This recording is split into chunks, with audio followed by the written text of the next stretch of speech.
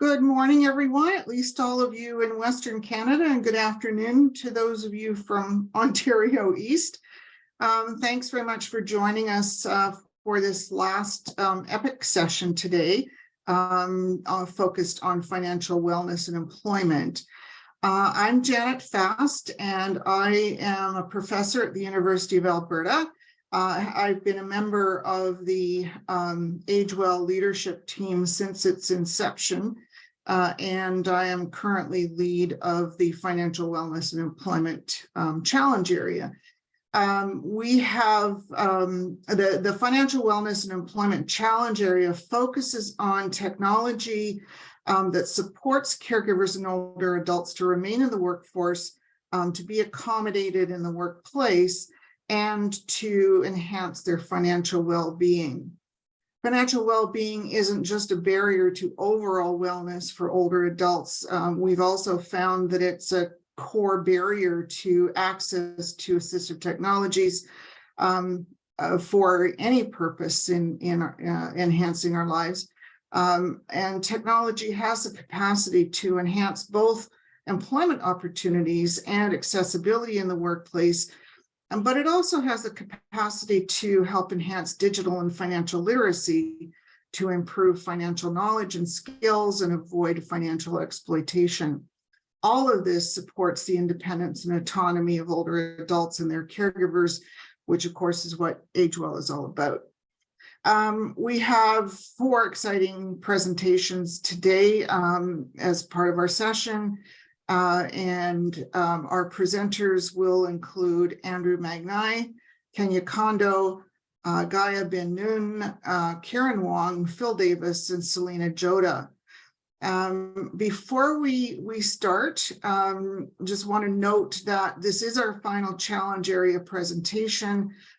We hope that you've been able to participate in others in the preceding days. But if you've missed any, recordings of each session will be available on the conference webpage and ultimately on AgeWell's YouTube channel, including a recording of this session. So you'll be able to review it, or you'll be able to see the content from previous sessions. We have 4 oral presentations today. Each will be about 10 minutes long, plus a short Q&A following each presentation. And we'll conclude with a general Q&A session for any remaining questions to address the kind of overall impact. Think about how the presentations that you've heard fit in the broader discourse about technology and aging, and think about potential research impact or remaining research questions for that matter. Please use the Q&A box as we go to pose your questions, or leave a comment on a question, or upvote a question to give it higher priority. And once we move into Q&A mode, I'll be monitoring the Q&A box and will then relay questions to speakers following their presentations, and again at the end of the session. Finally, AgeWell Associate Scientific Director Josephine McMurray will join us at the end with some closing remarks for the overall EPIC conference, and to officially mark that conference is closed.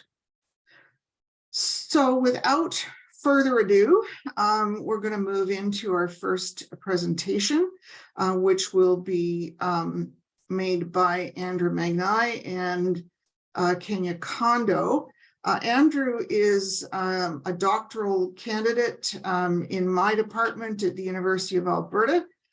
He has been working on my research program for a number of years, and is working specifically on in his dissertation on caring beyond boundaries. He's working on transnational caregiving experiences in order to explain caregiving in a transnational context. So and within that, he is working at the intersection between paid work, family caregiving, and migration. He earned his EPIC Innovators of Tomorrow certificate himself in 2018 and has continued to work as an HQP on several AgeWell projects over the years that we've been associated with AgeWell. And the focus of our project within AgeWell is on employed caregivers and older workers, exploring the role of technology in integrating work and care. Outside of AgeWell, he's worked with people living with dementia and their support networks living in rural communities, and on advancing funding opportunities for researchers and academics from various backgrounds. He has 15 years of, moving on to Kenya Kondo, who has 15 years working in tech and finance. He co-founded a number of startups, including MatchWork, which is the focus of our project within AgeWell, HiveWise, My Newly, Get Neighbor, and he was the director of the Alberta Enterprise Corporation and Venture Capital Fund, where he led creation of the deal flow portal, Start Alberta. He also launched Founders Fridays in Edmonton, bringing together innovative tech entrepreneurs, and advises a number of tech companies and entrepreneurs now. Kenya has an MBA from Cornell and Queen's, and an undergraduate degree in math and physics from University of Alberta, and also holds a venture capital executive program accreditation from University of California, Berkeley. So I'm going to turn it over now to Andrew and Kenya. Thanks so much, Janet. And just as Janet was mentioning, I was really excited to get the invite to participate in the EPIC conference this year, just because I felt like our kind of research stream, like Janet had mentioned, financial well-being, it really married a lot of my research interests. And, Kenya can attest to this too. I think in one of our very first conversations, getting to know each other, we both came from families that are so dispersed around the world. Like, we don't only have family members here in Canada. And before me and Kenya even knew that this was like an area of research, or that there was actually research jargon and research questions and, funding dollars put towards studies within these kind of families, we had very intimate experiences that we shared with each other about what it was like, being apart from family members who were separated by international borders, and what it was like in terms of how that played into the calculus of what it meant for your financial well-being as a family. So especially, you can imagine, with the pandemic over the past few years, I've been keeping a close eye on the news stories that have covered families that are separated by borders and, transnational families. And a lot of what we noticed, at least in the news discourse, is that families didn't stop caring. They kept sending dollars or remittances. They kept applying to all of the different kinds of sponsorship programs to be able to bring family members, especially aging parents or grandparents, to Canada. And there was always these acculturation barriers and barriers to settlement that exist regardless if it was a pandemic or not. But because for newcomers during the pandemic, it made it so much harder to access different kinds of services or different kinds of elements of what it means to really first come to a country. And so when I first started getting into the research, and I dug into the literature, they had a very specific definition of what it meant to be a part of one of these families.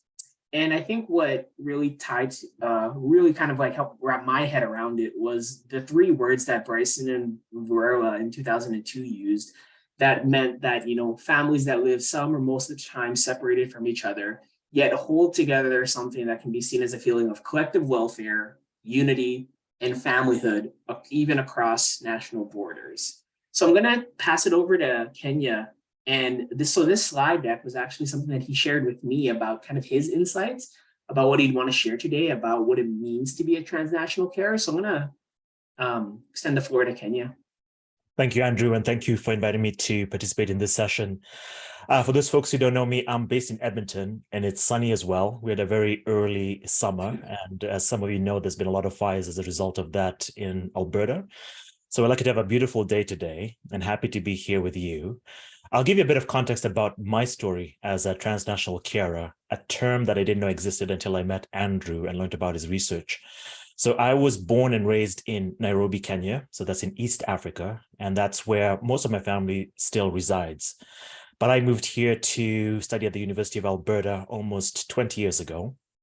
And at the time, the idea of looking after a family member, in particular, my parents, wasn't front and center. They still felt young. I thought that would happen eventually, but didn't really plan or anticipate for it. And from a cultural context where I grew up, it's the norm for your kids to look after your parents as they age. The concept of, care homes or facilities isn't common because the common trajectory is as your parents age, you will move them into your own home or close to your home, and you're able to provide that care. The shifting dynamics of the world we live in is that some of us leave our parents and our home countries, and there's a natural physical distance between us and them. And as they get to the age where they start experiencing the need for additional care and help, that becomes a bigger challenge. And it's hard, I think, for those of us who are living outside our home countries where our parents still live, because the cultural expectation here is maybe not similar. And when you talk about some of the emotional challenges of looking after a family member who's far away, in particular parents, you've got the usual challenges of realizing your parents are getting older. My dad passed away, and then now my mom's starting to have health conditions and issues. And coming to terms with that they are becoming more dependent on you also introduces a significant shift in terms of how you view yourself as an individual. You're no longer the child that you have that identity with in relation to them. You've moved to that place of being almost a peer, and in some cases, even superseding that, becoming more of, in some ways, the parent figure. And so in the case of my mom, as her health conditions have slowly grown, taking over that role of coordinating healthcare. And that becomes challenge from a distance perspective, especially when communicating with my mom, as well as with her doctor, and trying to get clarity about what's happening, what's the treatment, where we are with progress on things. But it's also easy to forget that that situation is ongoing when you have a life that is involves work and children and other responsibilities. It's sometimes easy to separate yourself and distance yourself from the reality on the ground. But as it happens, as things change, there's also the challenge of going there physically to understand what's happening, taking care of things that are required. And yes, technology has helped. You've got Zoom, you've got WhatsApp, you've got different ways of staying in touch, but nothing can replace actually being on the ground. And it's something that I also experienced, where it's one thing to talk to your family member over the phone or by Zoom, trying to talk to the doctor by email, and another thing to sit in the room, the three of you, and have a conversation about what's happening, not only for now, but what's to come. And that also introduces a lot of kind of a reality check. They are aging, they need a lot of different requirements. And there's a lot of cost involved in terms of ensuring that they have the care that they need. And all of this can be very complex for people who are in that category of transnational carers. There isn't a lot of resources and supports. And so when I met Andrew and understood the research that he's doing, really happy that that's actually being explored, because as the world is becoming more mobile in terms of people moving from place to place, resources and researches around this area become more and more relevant. Thanks so much, Kenya. And thank you for sharing your stories of what it's like to be kind of in it right now in terms of being a transnational carer. And this slide just kind of also shows, the different kind of lengths of borders that me and my family throughout my whole life have been really trying to navigate. And throughout all these places, and this is just a smattering of what I was able to put together for the slide, there have been care responsibilities to older adults, to young children, to family members who get sick. And we've had to, throughout my life, had to figure out as a family how to be there for one another, and a lot of what Kenya mentioned in terms of the activities of what care actually looks like. You mentioned sending remittances and coordinating care. If you ever see people at the airport, you often see people with huge boxes or barrels traveling internationally, providing material goods for their family. And as Kenya mentioned, the gold standard of in-person visits is so instrumental and was just stripped away from all of us who have transnational ties during the pandemic because we couldn't travel. And of course, of today, the focus on information and communication technology and that sense of that's all we had for a lot of us. That's all we had during the 2-3 years of the pandemic to stay in touch with family. And with terms of the research and what it's telling us, we really understand that transnational families are really at that center of employment studies, of what being an immigrant or what providing for family members is like, and as well as the role of technology in actually meeting family members where they're at and trying to be kind of a facilitator in terms of keeping us connected and keeping those care needs met as well as we can when in-person visits just aren't always possible. We're also realizing that there's a lot of different categories of transnational carers that fall into different pockets, especially due to policy. A lot of family members are in that waiting stage of trying to figure out whether they can sponsor their loved one, get them here, or even waiting for their next ability to travel because of their paid work. And when can they accumulate enough vacation days or weeks so that they can go travel around the world to care for somebody. And we know that caregiving isn't something that you could plan that far into advance. So if there's a emergency, if there's any kind of a situation like that, transnational carers are often, with their backs against the walls and not being able to do what they want for their family members. And, this last slide, that kind of talks about resiliency and what families have been able to do throughout the pandemic and throughout really the entirety of their time separated from family members, is that they are very, very, very creative in how they actually look to support each other. And they want to be able to be there for each other, but it isn't always easy. So with Kenya's reflections and, with the research that I'm trying to do, I'm trying to speak to more carers like Kenya so that we can actually get a sense of, what it is that these individuals need for support, not just in terms of policies, but in terms of the duration of their care, but also the day-to-day issues that they face. So I'm going to wrap things up because we're almost at our 10-minute mark. So thank you again, everybody. Thanks very much, Andrew and Kenya. We have no questions so far posted in the Q&A box, but we've got a few minutes for questions. I am happy to kick it off and ask both Andrew and Kenya, since you've had personal experience with transnational care and the use of technology to facilitate that, what you see as being the main barriers, I guess, to using technology to facilitate transnational care. I think if I can start things off, I think what a lot of the barriers to using technology in care for transnational families isn't all that different from the populations that we have when we look at age well and when we look at people who are caring, who are caring domestically or caring close by. It's access to technology, it's affordability of Wi-Fi and services such as that, the affordability of the devices, and digital literacy is huge. Speaking just on behalf of my parents, who I never would have imagined would be like that skilled at using an iPad, figured out how to use it because it meant staying connected to family. Kenya, do you have anything to add? For me, it's also evolved quite a bit. I mean, from 20 years ago when I first arrived here, the cost of staying in touch with family members, outside Canada was quite expensive. When I arrived, it was the days of the calling card. You had to go to the convenience store, buy the $20 calling card, and then your minutes are eaten up in less than the allocated time on the card. But now, the beauty of where technology is, even in places like Kenya, internet speed is quite fast. It's relatively affordable. Cell phone accessibility is quite abundant for everyone. So even for someone like my mom, she has, in quote, a low technology literacy level, but she's quite comfortable using WhatsApp and other mediums and tools that we use for communication. It's not a big challenge. The biggest challenge, ironically, for us is the time difference. but we're fortunate in terms of cost and internet access and all of that. It's not too bad.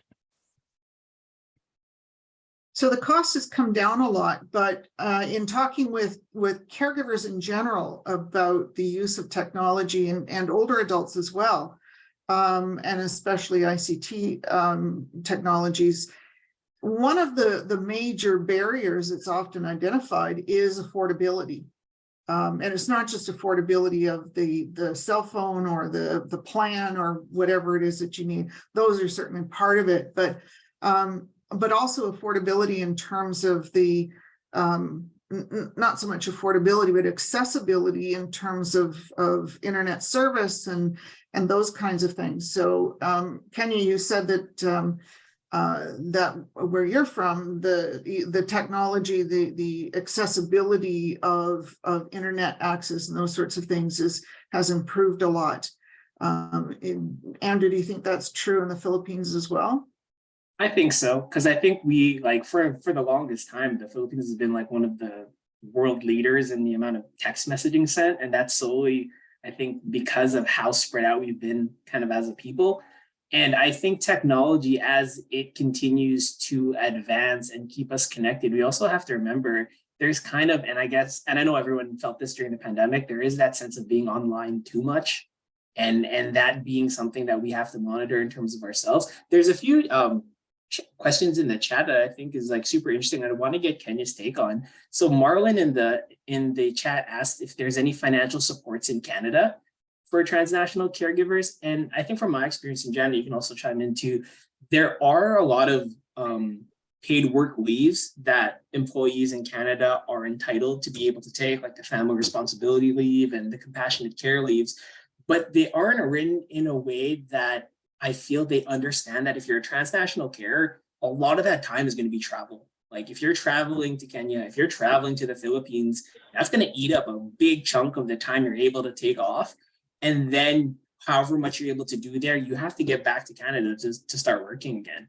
So there is kind of those kinds of things available, but they're not catered, or they were, I feel, never made with the intention that you would be caring for somebody around the world. It's a great point, Andrew. I think hopefully that will change over time. But for right now, to your point, trying to talk to your employer and talk about, I need 3 weeks because I have to travel and provide care, they just can't relate to that reality. And so it is dependent on your employer, their level of empathy, the level of resources and capacity.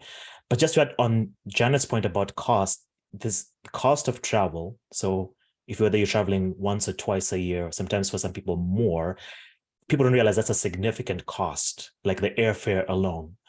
But then there's also the cost of providing the healthcare back home. You're paying out of pocket in a lot of cases, because health insurance, as much as technology is accessible, resources like health insurance are not as readily accessible. So a lot of us are paying out of pocket. As the conditions get worse, as the level of care required is more significant, so is the cost out of pocket. And I've always tried to find a way, when you're doing your tax file returning, to ask our accountant, is there a way we can claim some of these? And right now we can't, because I don't think there's a level of awareness of how many people in Canada especially are doing exactly what Andrew and I are doing, providing care to families overseas. If we could advocate for one resource that at the federal level potentially could benefit out of us, is being allowed to have to claim some of those expenses. But without a doubt, that's an astronomical expense. It's not a very light on the pocket. Healthcare is very expensive. That's a really good suggestion, Kenya. And Canadian policymakers, federal policymakers, are really fond of using the tax system to implement policy initiatives. So that might be something that they would actually pay some attention to.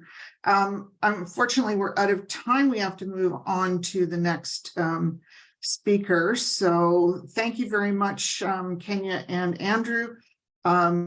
We'll maybe have some more questions for you at the end during the overall question and answer session. So we're moving on now to Gaya bin Noon, who is a PhD candidate in the School of Public Health Sciences at the University of Waterloo. She's a public health researcher with a focus on active assistive living and digital health policy to support care and well-being of older adults. Her current research aims to provide guidelines and propose new standards for current and future smart communities, seeking to integrate AAL technologies into older adult care and community services. Gaya is also a member of the IEC SCC Canadian Mirror Committee of the Sick for Active Assisted Living, and I admit that I do not understand what Sick for Active Assisted Living is. I couldn't find it on the internet. So I'll let Gaya explain that and turn it over to her. Sure. Yeah, very briefly, SIC AAL refers to the systems committee regarding active assisted living as part of the standards group. So that's what it is. All right. So I'm going to share my screen now. Okay. And we can get started. So as Janet mentioned, my typical area of research is active assisted living. And today I kind of want to talk about a dimension of that. So when we talk about active assisted living and the benefits of the technology, a big caveat that we kind of have to contend with is the fact that it's not going to be accessible for everyone. So I kind of want to use this presentation to get to the core of that and start thinking about what we can do about it. So first, a explainer. Active assisted living refers to systems designed to improve quality of life, aid in independence, and create healthier lifestyles for those who need assistance at any stage of their lives. As the population of older adults in Canada grows, there's pressing need for non-intrusive, continuous, adaptable, and reliable health monitoring tools to support aging in place and reduce healthcare costs.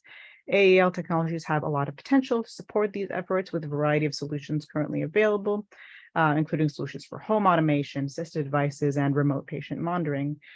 However, a lot of these very valuable AAL solutions exist on the market as off-the-shelf consumer devices, which has allowed for, on one hand, flexibility and experimentation, but has also led to a lack of clarity regarding what's worth the very substantial upfront investment of purchasing these devices.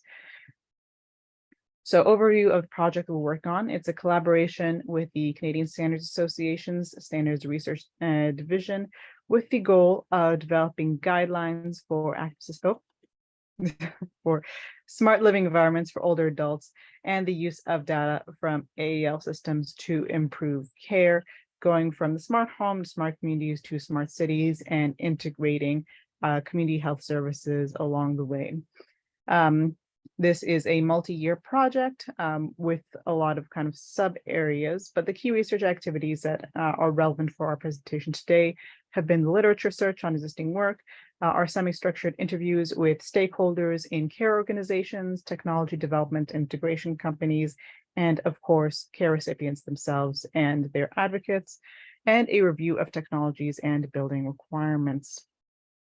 So in our conversations with care organizations and care recipients, and also technology manufacturers to an extent, who brought in the perspective of what happens when they're in the room with potential client and discussing what the system can bring to their organization, is what we've been calling the value trade-off, which is that the benefits of active assisted living, better care, avoiding institutionalization, and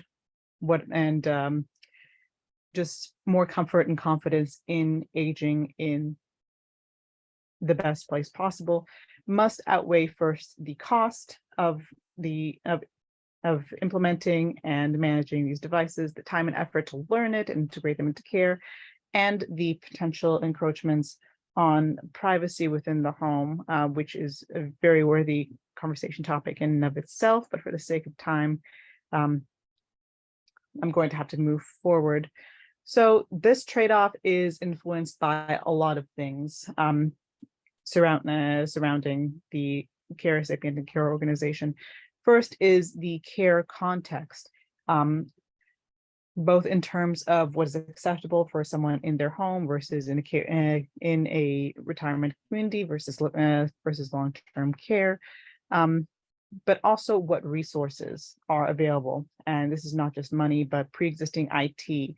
Is there Wi-Fi in the home or the facility? Is there a dedicated IT department who can help manage this and make informed decisions, etc.? Connected to the care context is also autonomy and decision making.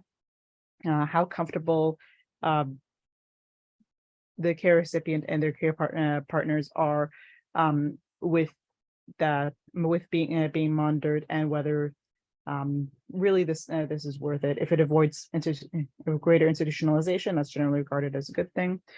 And then lastly, social connectivity. So a lot of these things might have basic service requirements that if the care recipient has like an adult child living within driving distance, or a friend or someone who can just kind of come in and fix that, it's very easy. But we can't make that assumption about every older adult. So sources of expenses for AAL-enabled smart homes, we tend to think of just the initial procurement cost. So you buy the technologies and set it up, but there's actually quite a few other things.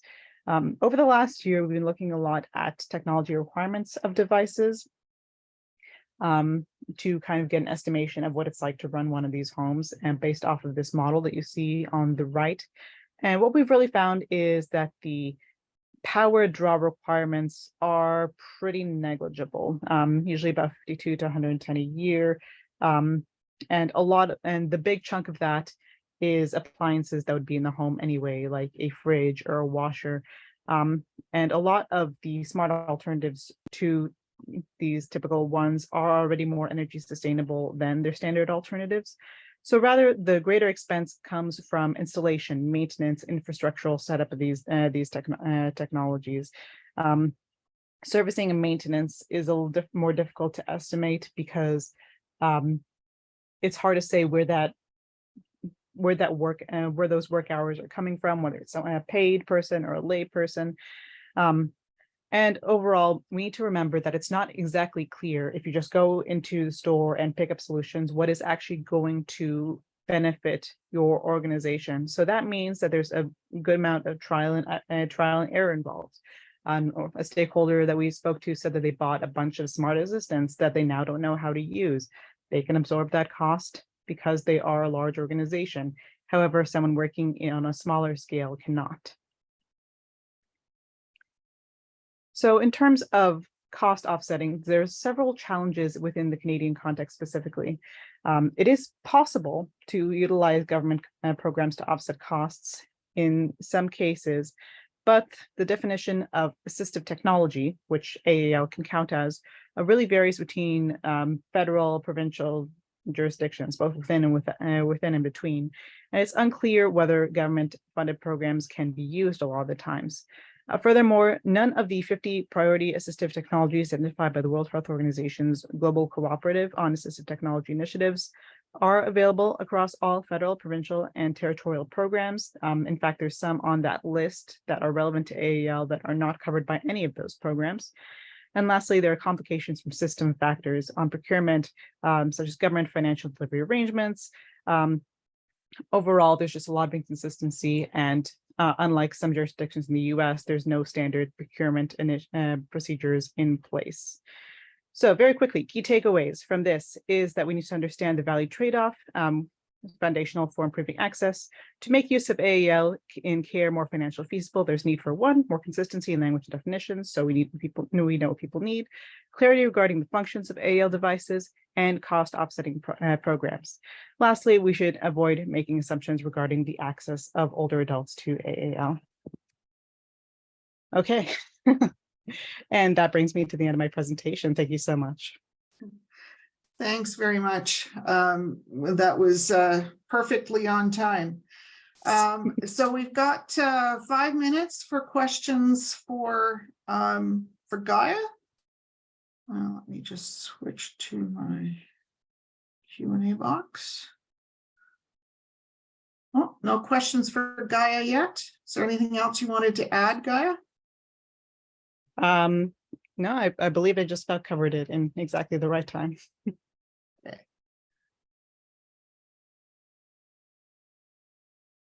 All right, if there are no questions for Gaya, we can move on to the next speaker. And as you think of questions for Gaya, we'll make note of them and we can come back to them in the general Q&A session at the end. All right, we turn now to Karen Wong and Phil Davis. Karen is a PhD student at UBC, and she's also a research scholar at Simon Fraser's Science and Technology Aging Research Institute, and a clinical advisor at 411 Senior Center. She's a registered social worker and researcher who's been practicing and researching in a variety of settings related to older adults, such as community senior service centers, long-term care, geriatric acute care. Phil Davis is an AgeWell senior volunteer and member of the Older Adult and Caregiver Advisory Committee. He's contributed to AgeWell projects and HQ mentoring, and supporting review teams for SIP grants and midterm reviews, performance reviews of the projects. Before retirement, Phil spent over 35 years working in aerospace programs as a program coordinator for the American Competitiveness Institute, and a not-for-profit corporation associated with the U.S. Office of Naval Research. And he led programs in technology development and military civilian technology transfer. Phil and his partner Joan live in Burlington and has 4 children and 7 grandchildren. Congratulations. So I'm turning it over now to Karen and Phil. Thank you, Janet. Hello, everyone. My name is Karen, and my co-presenter is Phil. And Phil, please feel free to jump in during the presentation. And our topic today is older adult access to technology, financial well-being matters. So this study received support from AgeWell, SFU, UBC, and also 411 Senior Center in Vancouver.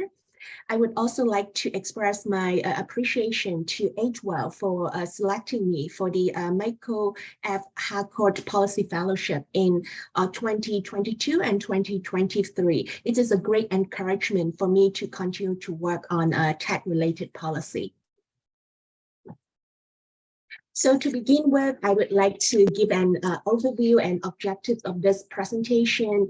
So we will talk about the learning objectives, the background, the methods, findings, implications, and lastly, I would also summarize the response of the insights from Phil on this presentation.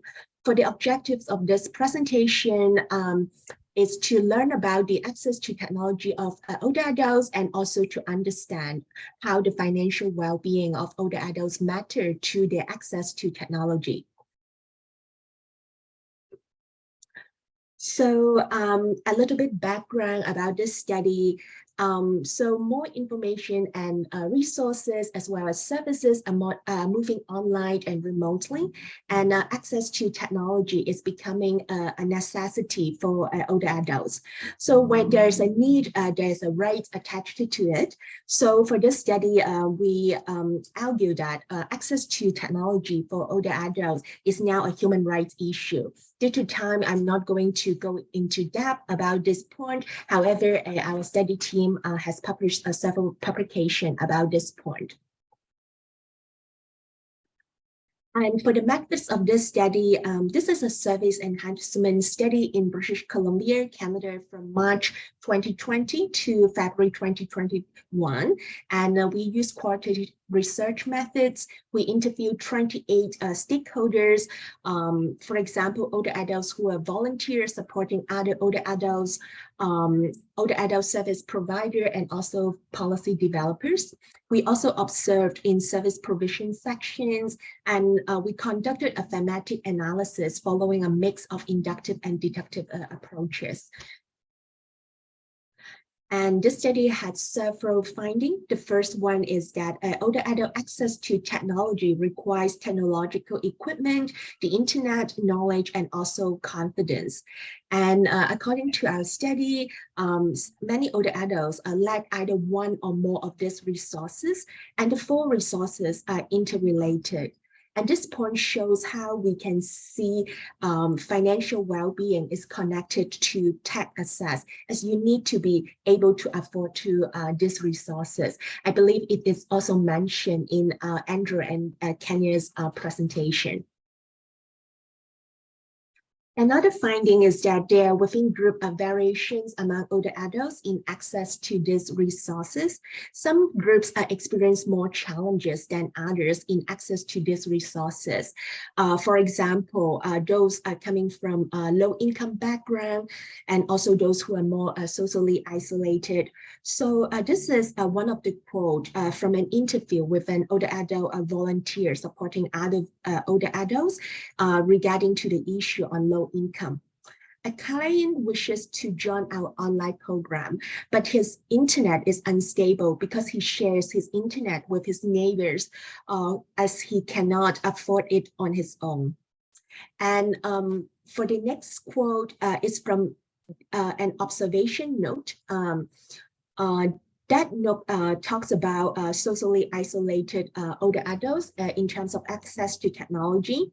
I, who is the observer or researcher, realized why these service providers needs to simplify the process for her client connecting her remotely. This client lives alone and no one can help her with this. And later in this presentation, we will also talk about those older adults living in rural area. And it comes from the insights from Theo from his perspective in Canada East and in rural area. We will talk about that more later. And the last finding is that community organizations play a role in supporting older adults' access to these resources. For example, this organization provide one-on-one peer or intergeneration tech program, tech classes, secondhand equipment delivery, yet community organization generally are underfunded, and also the funding is unstable. So this is from the field notes after interview with one of the service provider. Judy, a pseudonym, told me that she spent a lot of time applying for funding. Most of the funding of her organization is project-based. She cannot tell for sure if she can get funding again next year. So I think this point highlights that we need to consider not only the financial well-being of the older adults, but also the organizations supporting the older adults. And this study has several implications. The finding of this study have been adopted to support the national advocacy work for older adults access to affordable internet. So one of the main findings from this study is that some older adults, especially those in low income, cannot afford the cost of the internet. So referring to the findings of 411 senior centers and also other members of the team, we talked to and write to policymakers, Canadian Radio, Television and Telecommunication Commission, and also some big telecommunication companies. And we successfully lobbied TELUS to extend their low-cost internet program for low-income older adults. And this program, as you can see in this picture, is called Internet for Good. And older adults living in BC and also in Alberta receiving GIS, they can have a more affordable access to internet. They can enjoy internet by paying $10 per month. And we are very, very honored that this policy translation and advocacy work has been chosen for the National Knowledge Translation Award by the National Collaborating Centers for Public Health. And lastly, I would like to share the response from Phil. Phil, he has lots of trust in me, so he let me summarize and present his main points of insights. But Phil, please feel free to jump in case I miss anything or if there's anything you would like to add, if that's okay. So as you can see, the study I just presented was mainly based in BC and urban areas, but Phil, he gave his insight from a Canada East and also rural area perspective, which deeply enhanced the quality and enriched the depth of the presentation. So the first point Phil raised is that access to internet becomes a necessity. It provides older adults and everyone access to information, service, education, entertainment, and more. And there is similar challenge with regards to older adult access to technology across Canada. So this is not just a Canada West issue. This is not just a Canada East issue. This is a Canada-wide issue that is growing. And another point Phil make is that it is even more of a challenge for older adults living in rural areas and also remote areas. For example, restricted and slow access to the internet due to underdeveloped infrastructure, a lack of access to device and training courses. When we are talking about tech access, we need to consider the financial well-being of the whole community. And some older adults, they may not know the available resources, so they do not ask for support, which is a catch-22 issue. And this highlights the importance of outreach. And last line, Senior Center is a good resource in the provision of equipment and tech education, yet it may not be available in rural areas. And Phil, he mentioned that in library is another very good resource. And in rural area, libraries sometimes play the role of senior center. However, the good work of the library is not well acknowledged, and some are underfunded and have a lack of staff. And I feel highlight a very important point, collaboration between different stakeholders, libraries, professionals with tech knowledge and skills, and also senior service provider is important. So everybody should work together. It's not just like the issue of one of the party, but it should be a collaboration. So yeah, Phil, I hope I didn't miss anything. Do you have anything you would like to add? That sounds like you covered the situation very well. I keep thinking about the internet as being the next electric system. In other words, it's a utility, and the rural areas are having the same difficulty they had with electricity, but we need to push out on it and make sure they have access. Thank you, Phil. That's so important. Yeah, so this is the end of the presentation by me and Phil. Thank you, Phil, and also thank you, all the audience. Thank you for that. And now I will stop sharing. Thanks very much, both of you. We are getting questions, so we'll start with what qualifications or proofs are necessary for an older adult to be eligible for the reduced internet cost, the TELUS plan that you referred to, and who absorbs those costs? So for that program, to be eligible for this program, the older adults have to be receiving a guaranteed income supplement.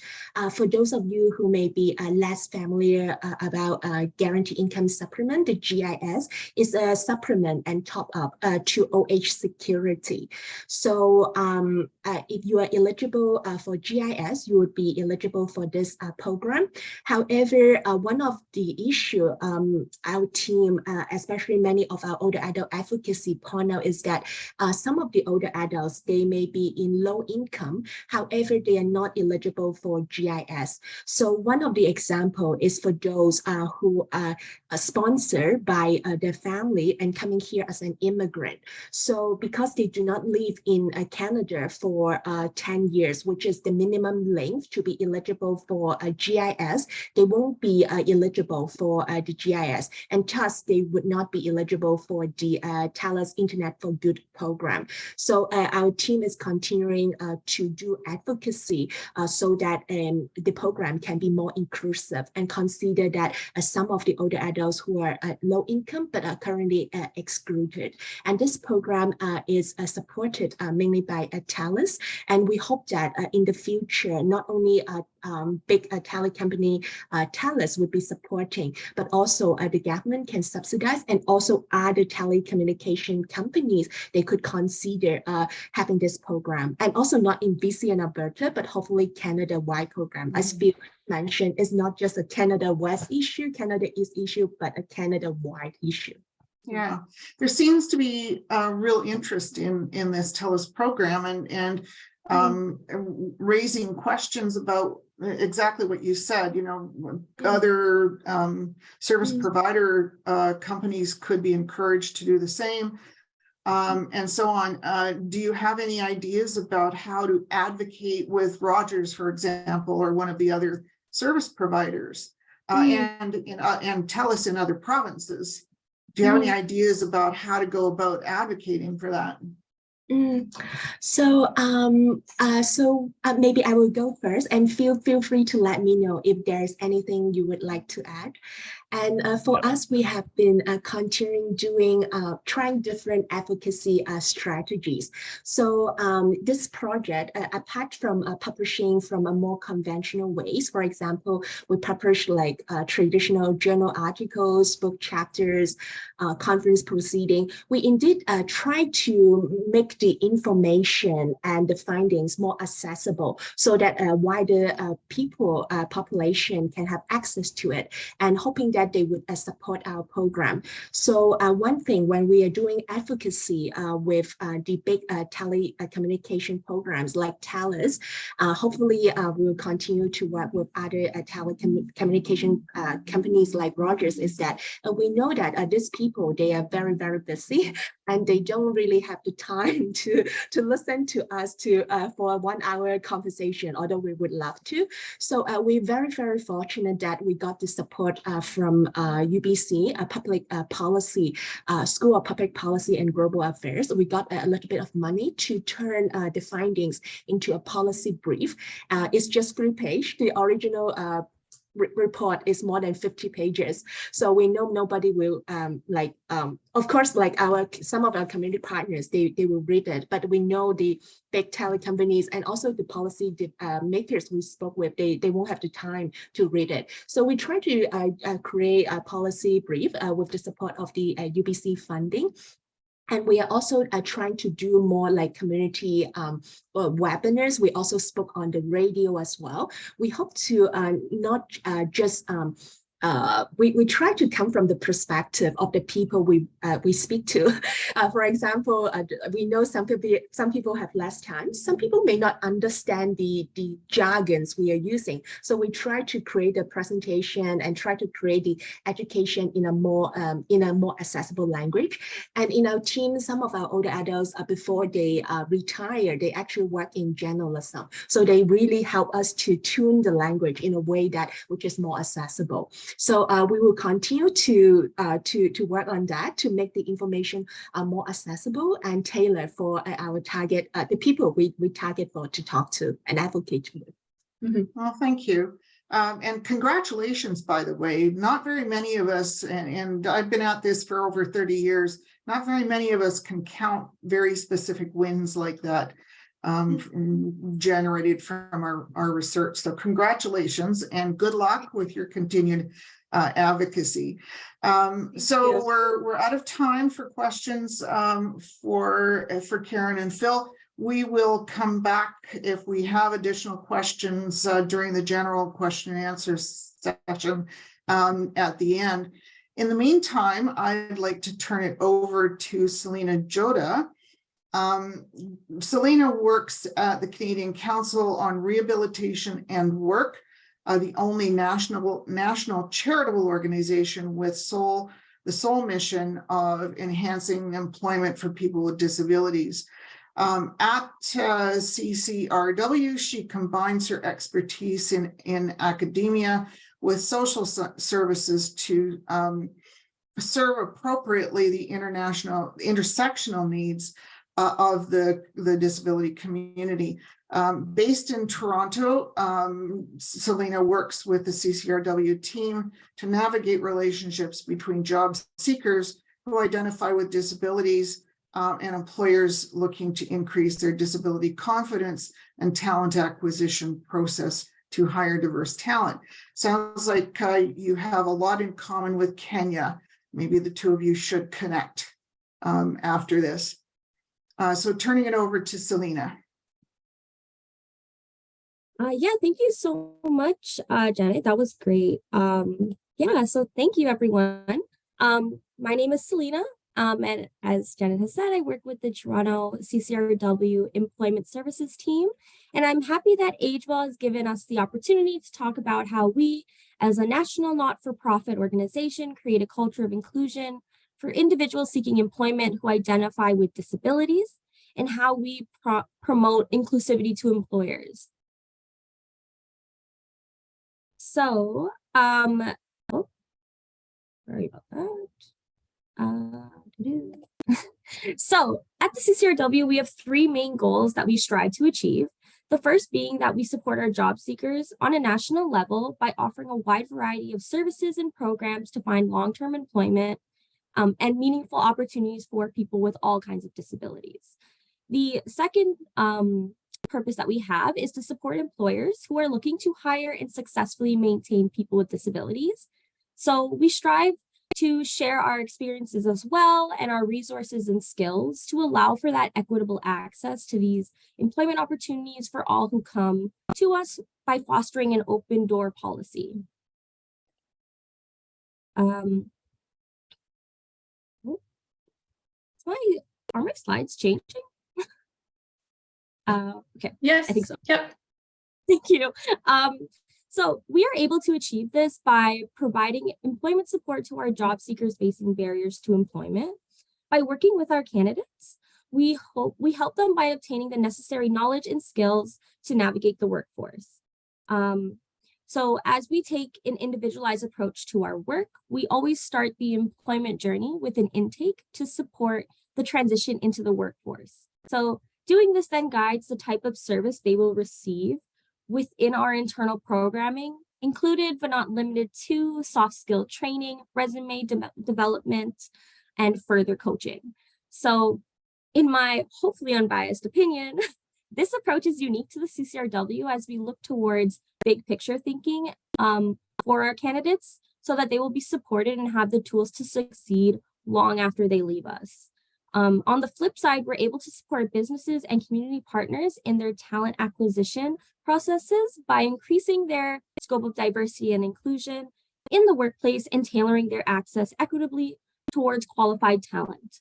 So these services provide job matching support to businesses across the country to not only hire, but retain the talent of job seekers with disabilities. So briefly referenced earlier, the CCRW Employment Services also recognizes and can provide individualized supports depending on the needs. So one of those needs that we've highlighted is services for women and women identifying job seekers who face intersectional barriers, including but not limited to race, gender, sexuality, and prolonged absence from the workforce or labor market. In addition, my colleagues at CCRW are highly involved in the implementation and preparation of our services, from comprehensive pre-employment skill development to thorough supports like assessing the individual's job readiness through training and development and successfully transitioning them into employment. We then go to support employers to ensure their capacity to hire inclusively and retain talent. We also strive to provide support in all employment adjacent activities, and we've combined this need into a curriculum of 9 essential skills, which are listed on this slide, to enhance their soft skills as they relate to their employment and integration to build back their confidence. And furthermore, the CCRW leads a government-sponsored program within the West Coast provinces of Manitoba and BC, and hopefully more in the future, called Fostering Inclusion in Red Seals Training, or FIRST, since that is quite a mouthful.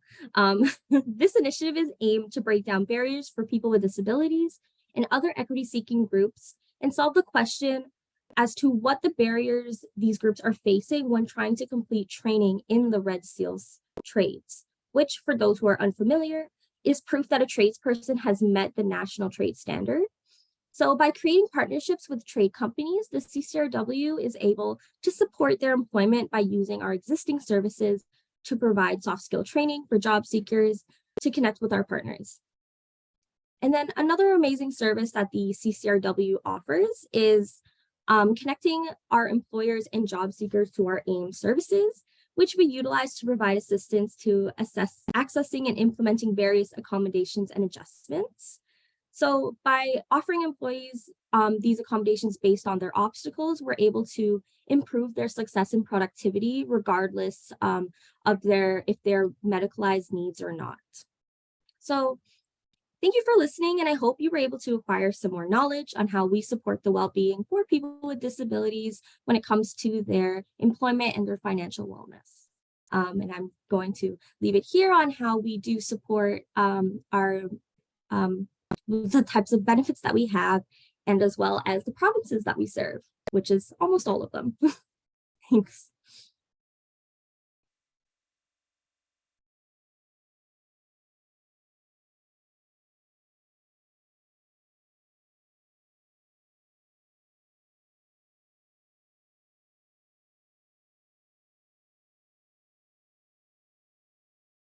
Hi, Janet, can you just unmute yourself? Sorry about that. I was just checking to see if we had questions in the Q&A box, but we don't have yet. I would invite Kenya to offer any comments he might have, given that your work is quite similar. MatchWork is a platform that attempts to match job seekers to relevant and meaningful employment, and one of their client groups is people with disabilities. They tend to they're not a nonprofit themselves, but they tend to work with nonprofit organizations who support job seekers. So Kenya, do you have anything to add? So Kenya wasn't able to stay with us for the entire session, so he had to leave, unfortunately. He's a busy man. Okay. There are some questions in the question and answer box now, and there's one in the chat as well for Selena. Okay. One person is asking you to put up the last slide again. And Marlon is asking, can you suggest some organizations that assist adults to re-enter the workforce who are not considered living with disabilities? This is one of, I will start to answer this question, and then Selena can as well. This is one of the client groups that AgeWell is adapting its platform to serve. In particular, my research team is working with MatchWork to adapt their platform to meet the needs of caregivers who are either seeking alternate employment that would accommodate their care responsibilities, or are trying to re-enter the labor force after leaving because of caregiving, but also older adults, some of whom who have already left the labor market, and others who are looking for alternate work. Selena, can you offer any other suggestions about organizations that help older adults re-enter the workforce without disabilities? Yeah, so that's a great question. I actually do work with a few organizations who do offer supports for older people who identify as a mature job seeker. For example, some of my community partners include newcomer women, who also include services for men and youth. We also partner with a few organizations, like, for instance, March of Dimes. We also have some connections with Carrie's Place, although you have to identify on the spectrum to work, I think, to work with them as well. So actually not them. I know there's also some supports with Caregivers Exchange, I think that's what they're called. And yeah, of course, with AgeWell. Of course, I also, with my experience, while we do work with people who identify with a disability, it's also self-identification. So at the CCRW, just to let you know, you don't need to necessarily prove that you have a disability to work with us beyond self-identifying, as in, like, you don't need a medical doctor's note or anything like that. But due to the nature of my work, I do mainly work with disability organizations and other nonprofits in the adjacent areas. So I think those are pretty much the only ones that come top to mind. Hope that's okay. Thank you.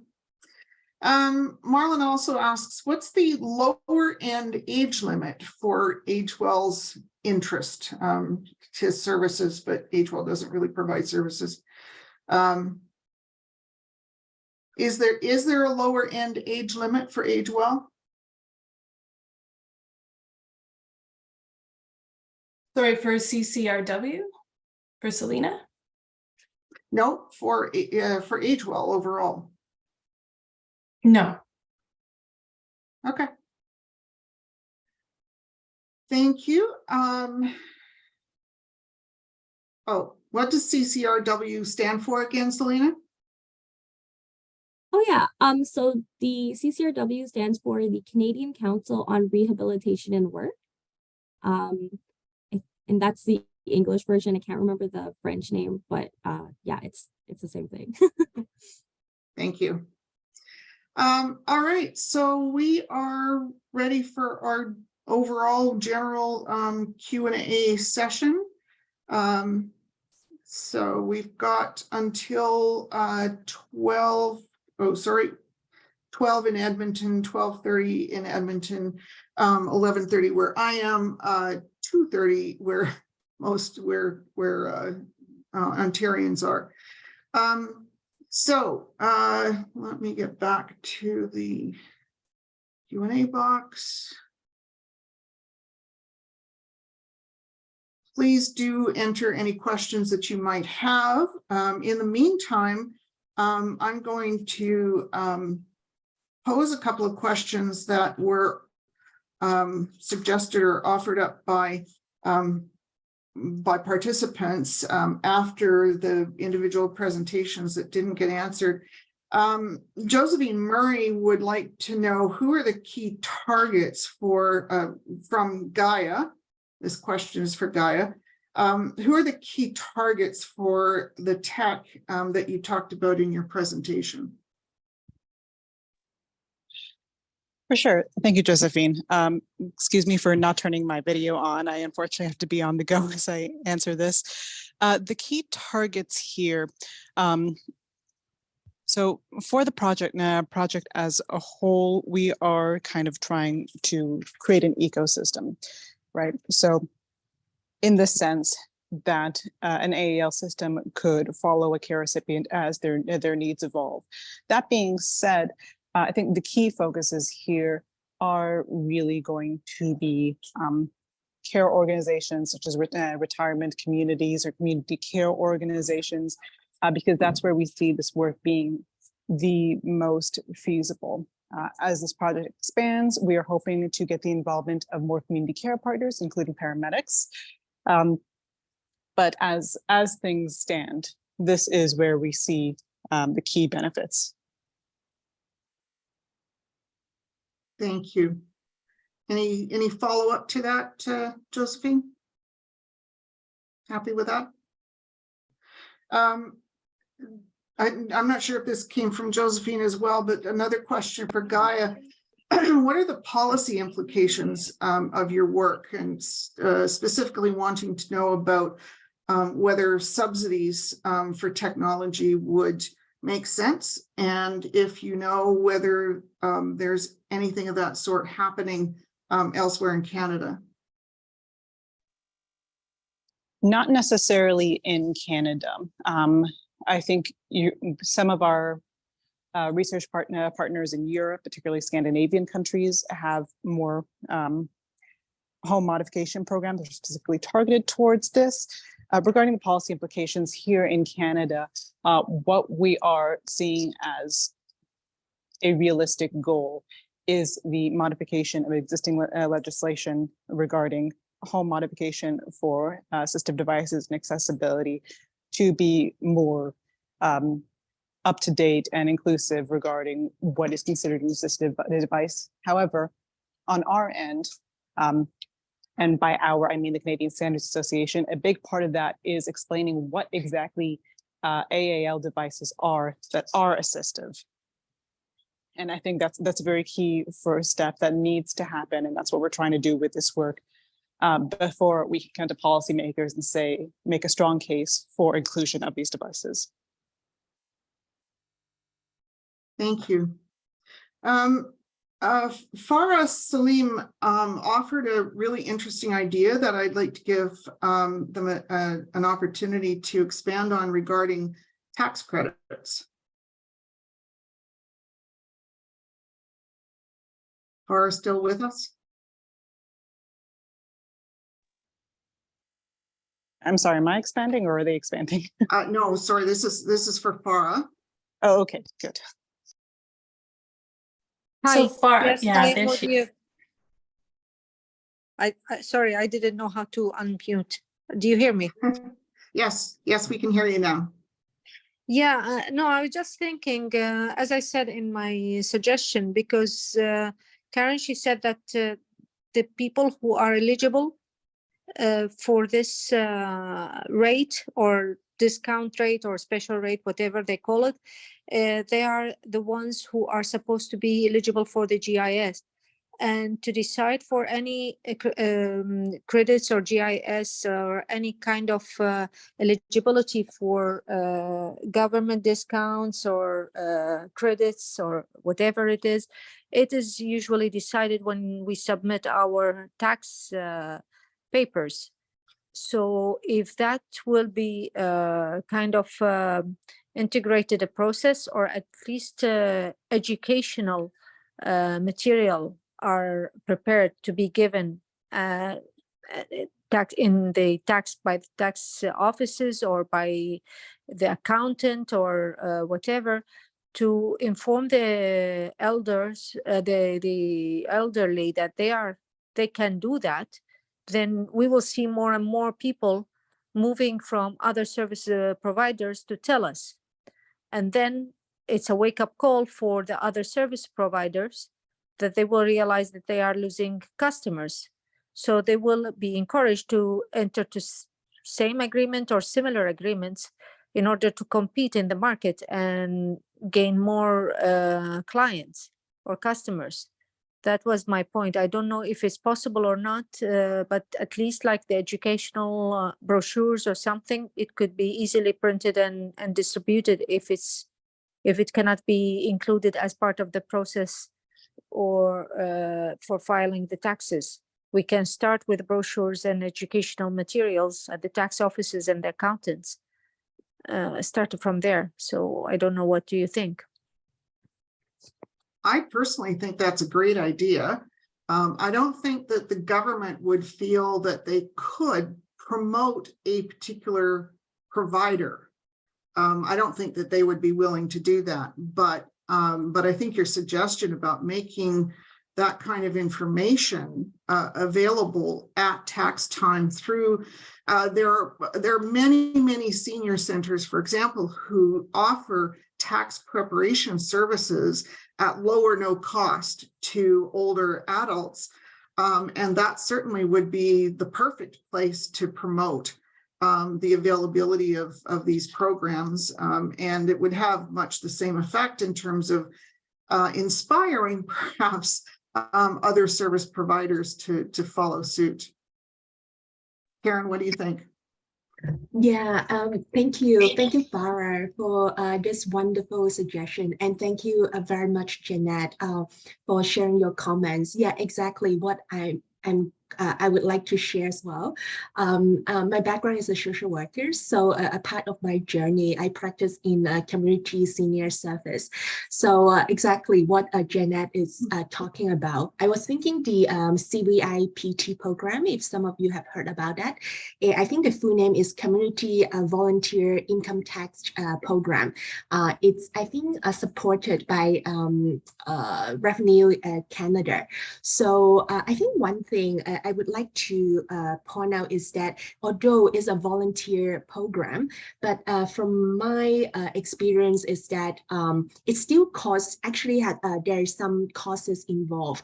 And I think one of the challenge that we cannot expand the CVIPT program in the community senior setting is that as I mentioned, and also Phil shared earlier, is that many of these community senior center or libraries in rural area doing all this kind of good work, trying to promote the education, they are very underfunded, and many of the staff actually they are kind of like doing extra work and over doing some extra work which is not paid. So sometimes it's very difficult for us to expand like this very good program. We want to do more, like during the tax time. Oh, Farah, you want to say something? Yeah. So I think that's one of. Yeah, I just, while you are, you both, I took your input, both of you, thank you.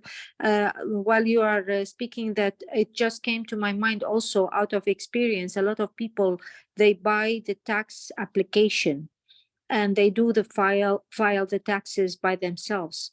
So you can even work on making like a small video advertisement.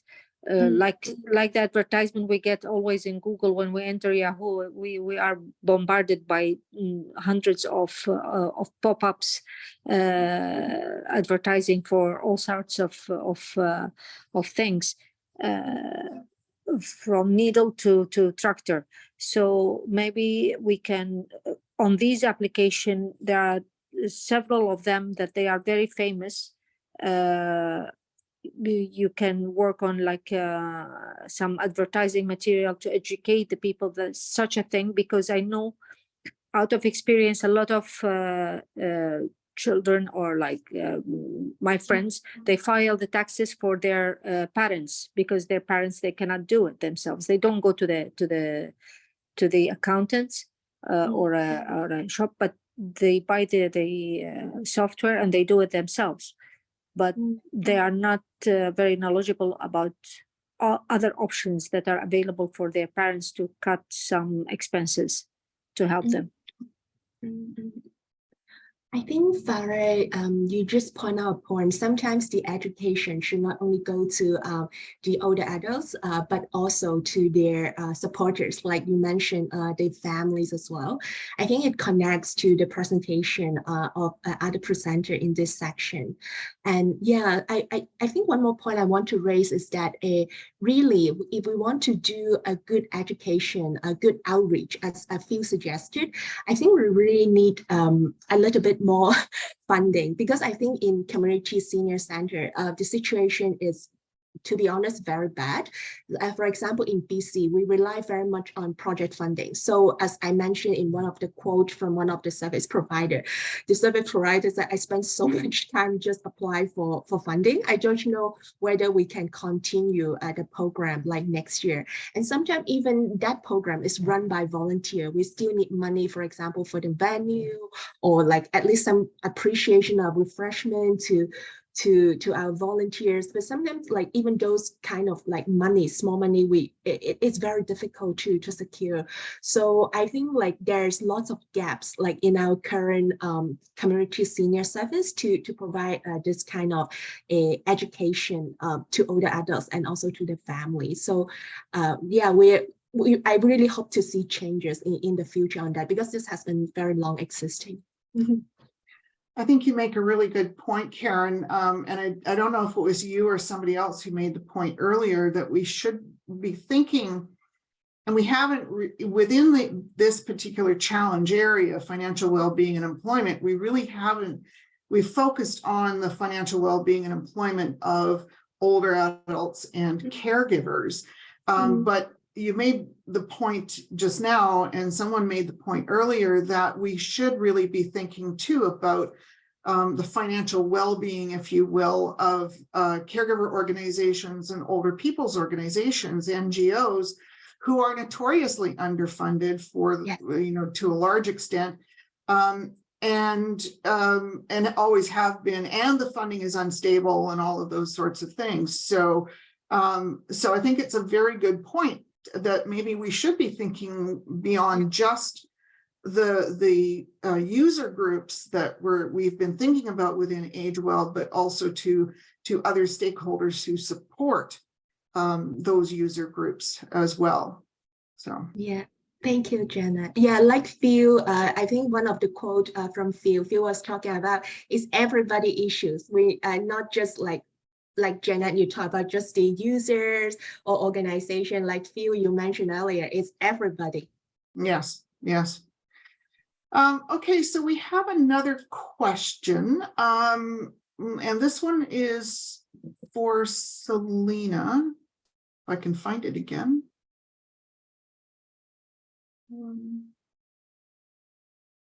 Sorry.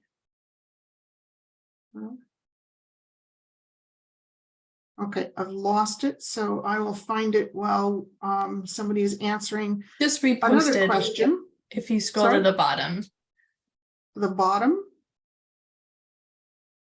Oh, you want me to ask the overall question. So AgeWell is interested in knowing what was your initial motivation for undertaking the research that you've been reporting on today. So let's start at the top with Andrew. Sure.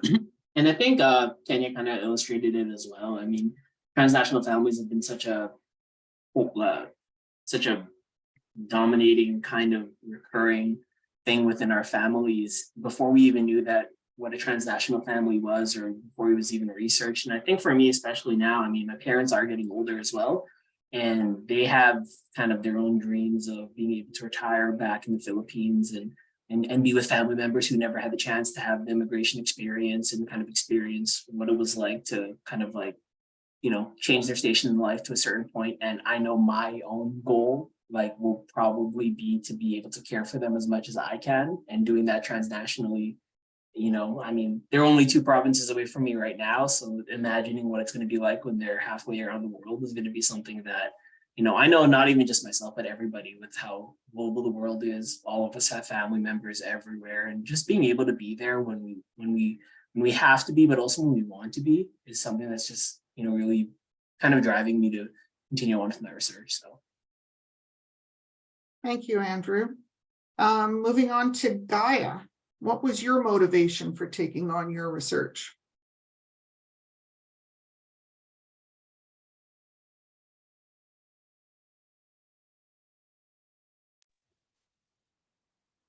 Yeah, sure. Thank you. I think my motivation is really not unlike our previous speaker. So I come from a country that has a very robust public health system, and immigrating here with my parents, who are gradually getting older, I had a lot of concern about really the shortcomings of the Canadian health system and its digital health infrastructure. Having a baseline. Granted, the country that I come from has very particular socio-political demographic circumstances that allows its public health system to be so robust that aren't necessarily possible in Canada, particularly size, decentralization, etc. But just wanting to wanting to work towards a system where they can be better supported and still be active and independent, and all of the things that we all want for ourselves and our loved ones as we get older. This was kind of compounded when during my undergrad career, I had a co-op placement in the Ministry of Health in the Digital Health Program branch, and was a little bit horrified by the state of digital health in Canada. So working towards my small part in what I can do to improve that has been a major motivator for me. Thanks, Gaya. We're running out of time, so I'm going to ask the last two presenters to keep it as short as possible before we turn it over to Josephine. Karen and Phil, same question to you. What motivated you? Oh, Phil, would you like to go first? Yeah, your interest on this topic. Well, I'm one of the different people here in the sense that I'm a volunteer, and I'm also much older, and my interest in volunteering was to try to apply volunteer time in an area where I had some background and experience. Since I came from a technical world, I hoped that I could apply some of that knowledge and experience to my volunteering, as opposed to simply volunteering in an unknown area and having to learn from the beginning. So I hope I've been able to do that. I also, of course, bring 85 years of experience to the table, and so I could get involved in anecdotal things, but I think that pretty well wraps it up. Thanks. And you have made huge contributions. Well, thank you. Thank you, Phil. And for me, I think it's mainly because I work as a social workers, and I saw like many older adults has the challenge accessing to technology. So seeing this raises my interest to look into this topic. Thanks. And finally, Selena. Yeah, thank you. So I think for me, I went from my liberal arts background into social services because I had I guess a special interest and expertise in intersectionality, and I noticed a huge gap in the employment service sector and our aging population, especially with the cost of living. So combining that with a lot of my lived experiences, I found myself in social services, and that's just how I am right now. Thanks. All right, we are running out of time quickly, so I'm going to now turn it over to Josephine. There are a few unanswered questions in the comment box. If anybody has, not the comment box, but the question and answer box, if anybody has quick answers to those, please do respond. Otherwise, thank you so much for your contributions, and turning it over to Josephine. Bonjour à tous. Hi, everyone. Thanks for staying to close this 2023 EPIC conference. My name is Dr. Josephine Magnaye, and I'm an Associate Scientific Director at AHWell. Thanks to Janet, Andrew, Kenya, Gaya, Karen, and Phil, and Selena for a terrific session today. There's absolutely no doubt in my mind that financial wellness has an oversized impact on well-being for many, many older adults. It's been a truly epic 9 days, hasn't it? Please join me in thanking all 36 presenters, perhaps some clapping from clapped hands, those trainees, postdocs, research staff, early career researchers, and stakeholders with lived experience who took the time to share their exciting work with us. I'd also like to acknowledge the leadership of our 8 challenge area session chairs. Thank you so much for sharing your time and your expertise. And your ability to create interesting and thoughtful questions on the fly. There is no understating that that is a challenge. So this 4th year of the EPIC conference wouldn't have been possible as well without the AHWell education and training team. So in particular, I'd like to throw out thanks again, some hand clapping for Alison Schneider and Ashley McCaskill. Thank you so much. We also want to thank the Center for Implementation Studies for their hands-on workshop. And for those of you who attended that session, the certificates are on their way. So over the last 9 days, we've been joined by over 678 people from 17 countries and 6 continents, and we've been counting. So that continued support for the EPIC conference, the largest trainee conference in age tech, and of course, your keen interest in AgeWell's work highlights to us now more than ever just how vital this work is.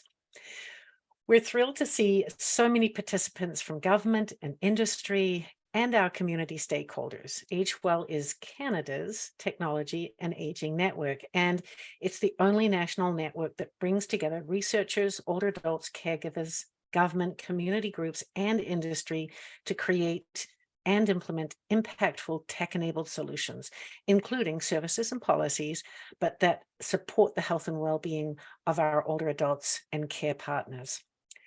Our training program supports 1,300 graduate students, postdoctoral fellows, research staff, early career researchers, and EPIC AT fellows across Canada. These individuals receive both financial support, but they also get to access value-added programming on everything from ethics to entrepreneurship, stakeholder engagement, through to policy research. Most importantly, AgeWell supports these trainees to create work that is able to be implemented with the potential to make real-world impact. And we hear over and over again how important that connection between our research and real-world impact is. After listening to the EPIC presentations over the past 2 weeks, I feel really, really confident saying that the future of age tech is a really bright one. Don't forget, you can watch replays of any of the sessions you might have missed. The links are on the EPIC conference page. So with that, I'll bid you all farewell. Bonne chance. Good luck to all of you, and have a safe and productive summer. And that marks the end of our conference. So thank you again, and bye. Thanks so much, Josephine, and everybody. Bye, everybody.